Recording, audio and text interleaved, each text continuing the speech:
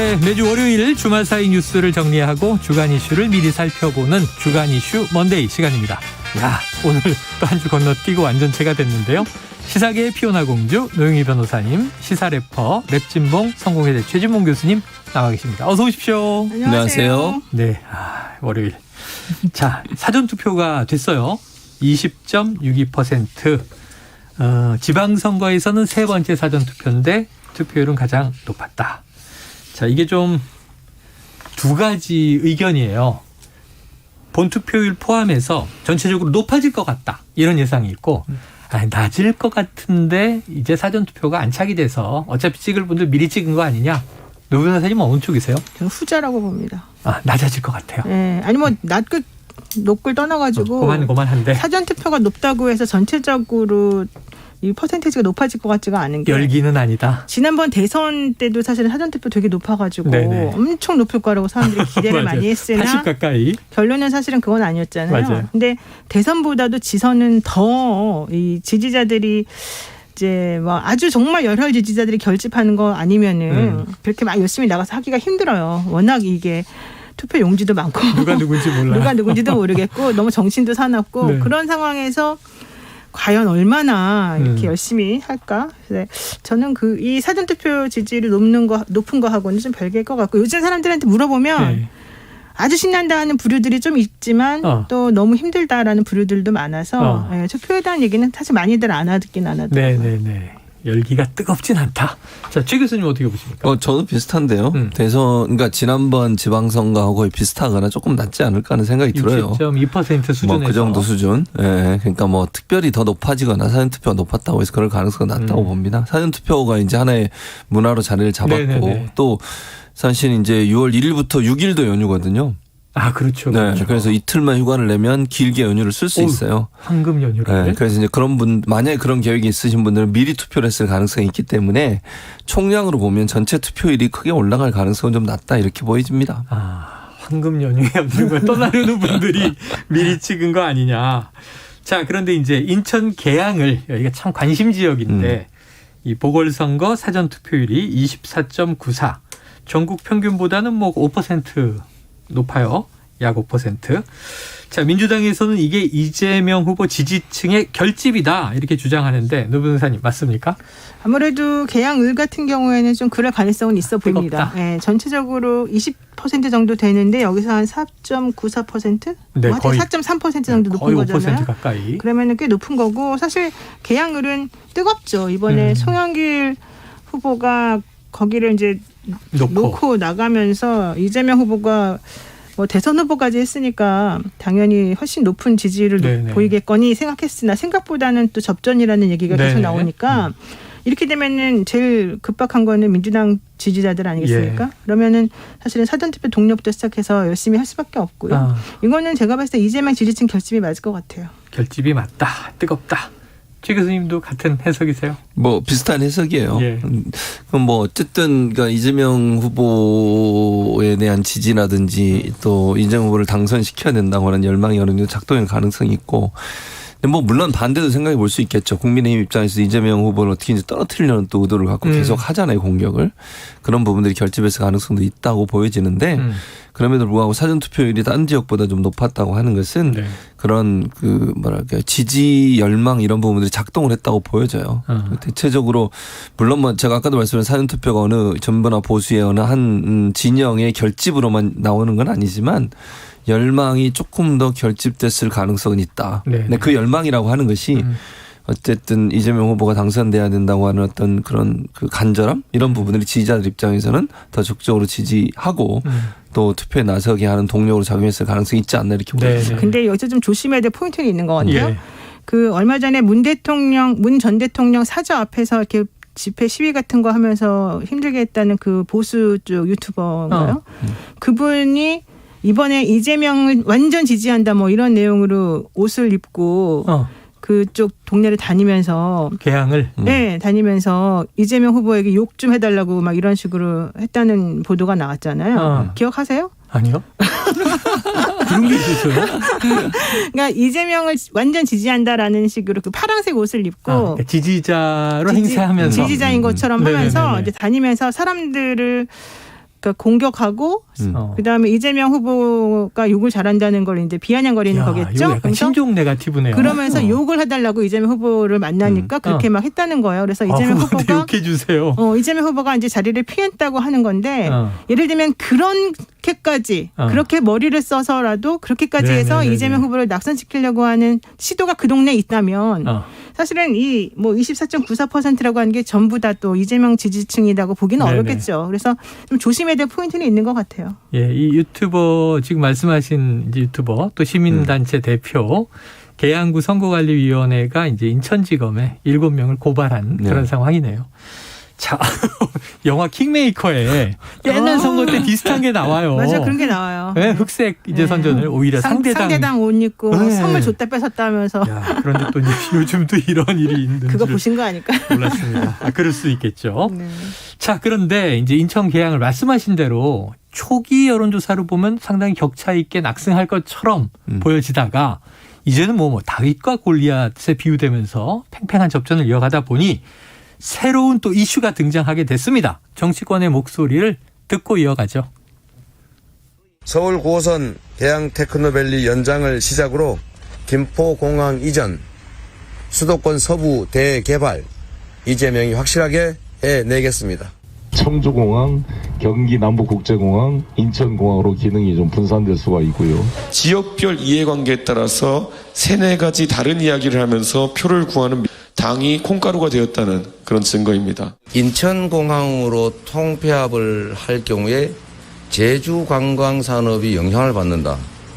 저는 좀 모자란 생각이거나 악의적 선동이라고 생각합니다. 그때 송영길 대표가 무지하게 밀었고 이재명 후보가 상당히 관심이 있었던 거죠.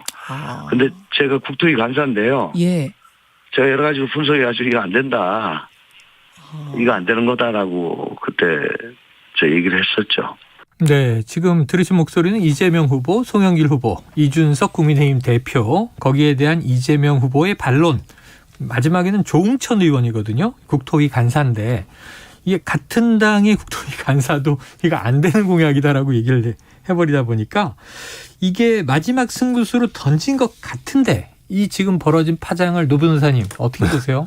득실로 보면. 글쎄요. 저는 사실은 이 공약이 갑자기 나온 거 아닙니까? 네. 근데 후반에. 예전에 대선 후보 할 때는 또 김포공항 이전 안 시키겠다고 그때 말씀하셨던 기억이 나서 이거는 조금 의문스러워요. 이 공약의 실효성, 이 공약을 내세운 이유. 물론 이제 뭐 확인을 해보면은 그쪽을 다 이전시키고 거기를 새롭게 개발을 해서 강서 지역을 국민들을 위해서 좀 그쪽 주민들을 위해서 이제 뭐 잘해주겠다는 뜻이고 그러면 제주도 관광이나 이런 건 어떻게 하겠냐 그랬더니 뭐 KTX를 타고 갈 수 있도록 뭔가 좀 점진적인 다른 종류의 방법을 채택한다는 거잖아요. 근데 그렇게 되면 기존에 나와 있던 다른 그런 국토 개발 방법하고 또 안 맞거든요. 김포공항을 중심으로 해서 또 새롭게 지금 하겠다는 게 많았어요. 이 계획이. 그래서 이 공약은 저는 조금 저로서는 좀 납득이 좀 안 갑니다. 그럼 솔직히. 약간 좀 이 선거 후반에 워낙 팽팽하다 보니까 던졌는데 좀 무리수다.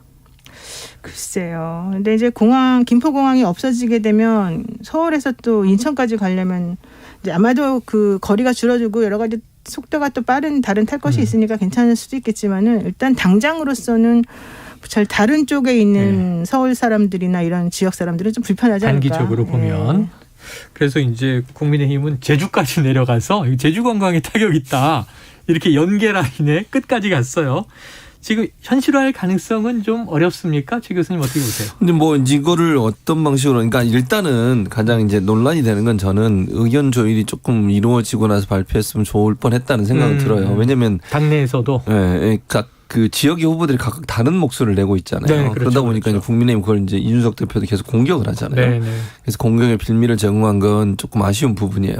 그래서 어떻게 의견 조율을 해서 한 목소리가 나와야 되는데 또 제주 후보는 딴 얘기를 하고 또 경기도 후보도 약간 결이 다른 얘기를 하고 이래서 약간 좀 이제 아쉬움이 있습니다. 근데 기본적인 이제 개념은 이런 것 같아요. 첫째는 그 KTX나 이런 부분들 인천공항에 좀 더 빨리 갈 수 있는 교통 방법을 만들고 그리고 나서 이전하면 크게 문제가 없지 않냐 이런 네네. 주장인 것 같고 그리고 이제 그렇게 생각하는 게 결국 김포공항 지역을 개발을 해서 거기에 이제 좋은 아파트를 짓겠다는 거 아니겠어요? 이제 그런 부분인 것 같은데 그래서 결국 이제 두 마리 토끼를 잡겠다는 계획이라고 보여집니다. 그러니까 이재명 후보하고 이제 송영길 후보가 두 분이 말씀하신 것은 그래서 그런 부분들이 뭐 도움이 될 수 있는 부분도 있겠죠. 그러나 아까도 말씀드렸지만 결국은 조율이 안 된 부분이 이 발표가 되면 그게 당내 분란으로 비춰질 수 있어서 선거를 얼마 앞두지 않고 논란이 될 수 있는 부분은 공격 포인트가 될 수 있고 이런 부분들이 좀 아쉬운 부분이라고 볼 수 있겠습니다. 자, 마지막에 접전이기 때문에 던졌는데 오히려 이제 논란이 되고 있어서 이게 어떻게 작용할지 또 봐야 됩니다.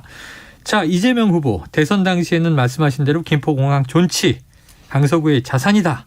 그런데 3개월 만에 자산에서 이전 대상이 된 셈이에요. 자, 말씀하신 대로 제주 지역 후보들에게 불똥이 튀어서 오영훈 제주지사 후보 긴급 기자회견 열었고요.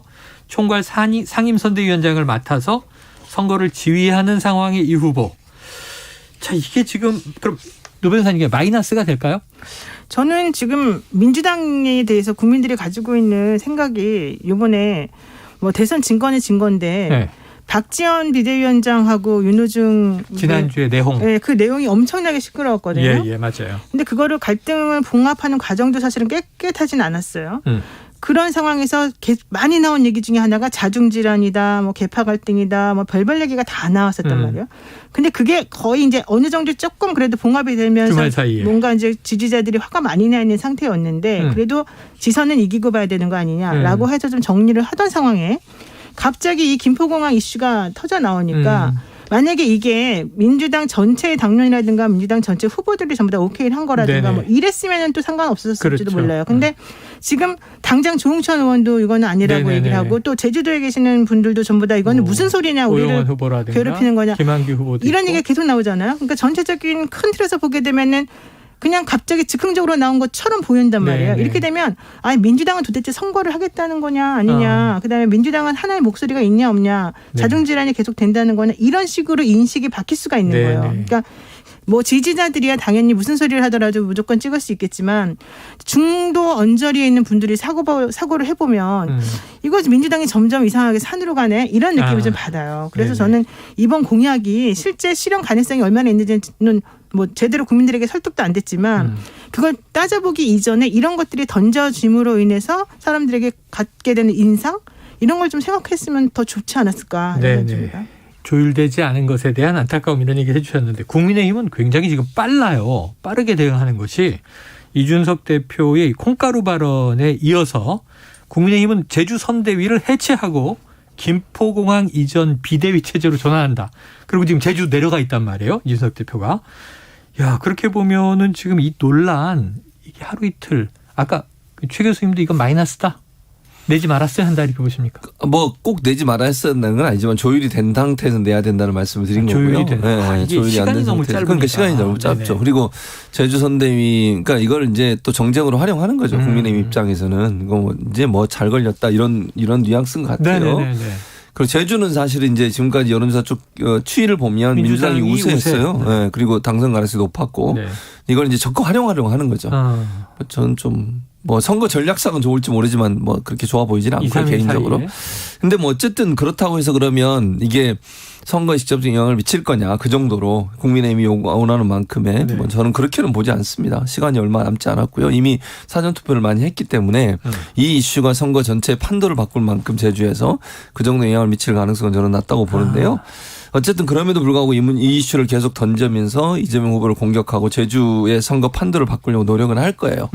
그러나 이건 이제 만약에 실행이 되더라도 시간이 필요해요. 이거 당장 무슨 바로 될 수 있는 문제가 절대로 아니에요. 왜냐하면 아까 말씀드렸지만 일단 그럼 접근성을 높이기 위한 여러 가지 방안들이 마련돼야 돼요. 그리고 나서 옮겨야지 당장 옮길 수는 없잖아요. 그렇죠. 예를 들어 민청공항으로 옮긴다. 민청공항에 더 빨리 갈 수 있는 서울 시내에서 그런 KTX나 뭐 아니면 다른 철도 라인이나 이런 게 있어야 되죠. 지금 국내선 이제 비행 횟수를 다 흡수할 수 있어야 되고요. 그렇죠. 그런 부분들이 정리되지 않으면 옮길 수가 없어요. 그러니까 이건 뭐 공약으로 내세우는 게 내일 하루아침에 뭐 네. 당장 한다 이런 개념은 아니잖아요. 그렇죠. 그러니까 검토 가능한 부분이라고 보여지는 거고 그걸 할 수 있는 여러 가지 준비 작업이 필요하기 때문에 뭐 만약 이게 공약으로 채택된다 하더라도 저는 시간이 좀 필요하다. 네네. 그런 점에서 좀 고려가 돼야 된다고 네. 봅니다. 이게 관련 기사들을 보면 야 이거 와닿기 힘든데 이런 생각이 드는 게 뭐냐면 강남 구민들은 청주공항으로 가시오. 강북 구민들은 서울에 이제 원주공항으로 가시오. 이런 얘기를 하니까 청주 원주는 심리적으로 멀게 느껴진단 말이에요. 엄청 멀죠. 네, 뭐 인천에 심리적으로 비해서 멀게 느껴지는 게 아니라. 강원도 그리고 이제 또 충청권 이런데 자 오세훈 후보가 이재명 송영길을 퇴출해야 한다 이런 얘기까지 목소리를 높이고 있어요. 근데 이게 이재명 후보는 김포공항 자산이다라고 했다가 3개월 만에 번복하는 입장인데 송영길 대표 시절에도 김포공항 이전 얘기는 또 있었기 때문에 이 서울시장 후보가 이 공약을 주도한 것인지 어떻게 보십니까? 근데 사실 김포공항 때문에 뭐 발전이 잘 안 된다. 예전에 김포공항은 정말 그랬었지만 이제 인천국제공항 생기고 나서부터는 정말 여러 가지로 그 효용성이나 활용성에 대해서 논의가 많았던 건 사실이잖아요. 네네네. 그래서 아마 고육지책으로 그런 여러 가지 의견들을 냈던 것 같아요.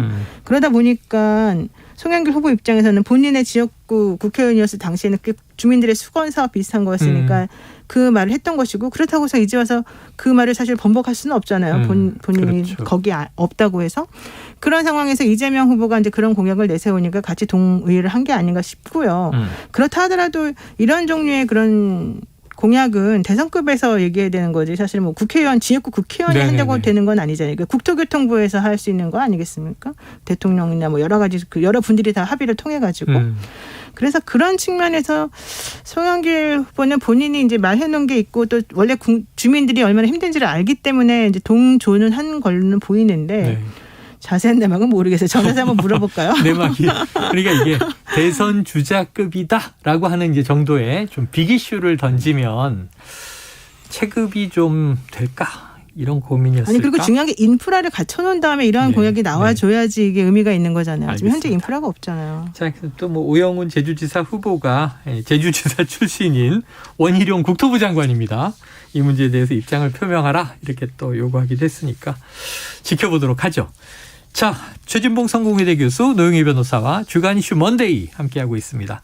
지금 청취자 3660님은요. 남쪽 지역 사는 유권자입니다. 김포든 제주도든 지역민에겐 아무 상관없는 뉴스네요. 또 이런 얘기를 하신 분도 계세요. 이게 지방선거기 때문에 특히 더 이런 대목이 중요한 것 같습니다. 자, 김건희 여사가 이틀 연속 윤 대통령 집무실에 방문하면서 정치적 해석이 여러 가지 나오고 있어요. 저 이제 팬클럽에 올라온 사진이라고 해서 보도도 딱 됐는데 이 강아지들도 있고. 최 교수님 어떻게 보셨습니까? 그러니까 뭐 일단 뭐 방문하는 것 자체가 문제라고 볼 수는 없죠. 뭐 방문할 수 있죠. 네네. 이제 배우자가 대통령이에요. 그렇죠. 뭐 근데 이제 이틀 연속 이제 방문한 거잖아요. 무슨 특별한 이유나 일이 있지 않으면 그 직무를 하고 있는 대통령실에 계속 방문하는 것이 도움이 될까라는 생각은 들었어요. 업무에. 물론 뭐 업무에 또 활력소가 될 수도 있겠죠. 네. 윤석열 대통령이 뭐 그 부인 보시면 힘이 나고 이래가지고 또 열심히 일을 하실 수도 있으니까.